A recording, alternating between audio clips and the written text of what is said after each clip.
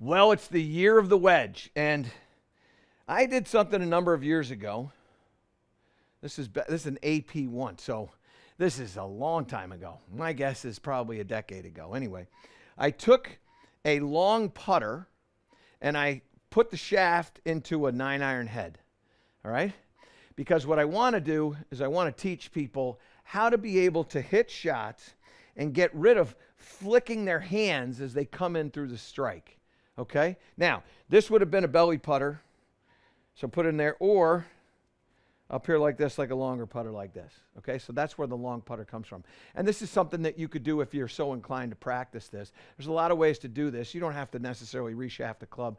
I just did it. But I want to show you how this is going to help you improve your short game and get you to understand how to use your body along with your arms and your hands to hit these short shots delicately and consistently. Don't forget to like and subscribe to the channel, and please inform your buddies about what we're doing over here. So here's how this works. This little drill, you take the shaft and you get it outside the body. You've seen this a million times. And then what you're going to do is you're going to make sure you hit this ball and you don't slap yourself in the side with this. This is going to prevent you from being able to let your wrists release there, okay? But the reason why people release their hands is because their bodies freeze. So if I come into this shot and I don't move my body in a rotational fashion, the only thing I can do is chuck the club head to the ground, and I'm going to impale myself on the lead side of my body. What you have to do is get here and then let your body rotate. Now, as you rotate, what is rotating this around? What's taking the club and then squaring that club through that shot? Well, this is where it's an individual game. So in the year of the wedge, I've shared with you different thoughts: hips, shoulders, lead shoulder, chest, belt buckle, all kinds of different things. And they all can work for various people. But one of the things that I love to do is let you, individuals, figure out what they're doing to carry a golf club without using the arms and the hands. So what I like to do with this drill is get this thing to go back, feel the bend in this trail arm, feel how the club shaft now is parallel to my toes, and it feels parallel to my chest. Now it's not, my chest has moved a little bit more, but it feels parallel. And then all I'm going to do is just take it and transport it. There's going to be some motion that happens. There's going to be some speed that happens, but I'm not hitting myself in the side with the butt end of the club. And when you start to understand what this feels like and how to take the angle of this shaft, so go down the line here, Gibbsy, the angle of the shaft and the angle of my shoulders and move them at the same rate of speed. So when I go from here, now go face on, and then I go here, the angle of the shaft and the angle of my shoulders, they're still parallel. So I take the club back, so I start perpendicular to the shoulders, I set them parallel to the shoulders, and then I keep them parallel to the shoulders through the shot.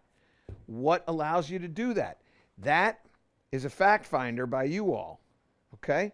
Whether it's your chest, your lead shoulder, lead hip. So it goes back, parallel, and then you rotate. And all of a sudden, here's the other thing that you're going to find. This is where you should go down the line here, Gibbsy. When I get through here, the head of the golf club is to that side of the handle. It never this way. And the reason why is my body now is preventing that from happening. I can't do this. I can't do that. I have to do that. And there's a natural stopping point that takes place when I go through. I'm not trying to hit this far. Here, parallel, rotate. And what I want you to do is I want you to really get comfortable with almost it being a two-piece motion. It goes back and it stops. Now we rotate and we go through. That's the second piece. So here, Pause, boom. When you do it in real life, you won't pause, but you feel there's a pause there.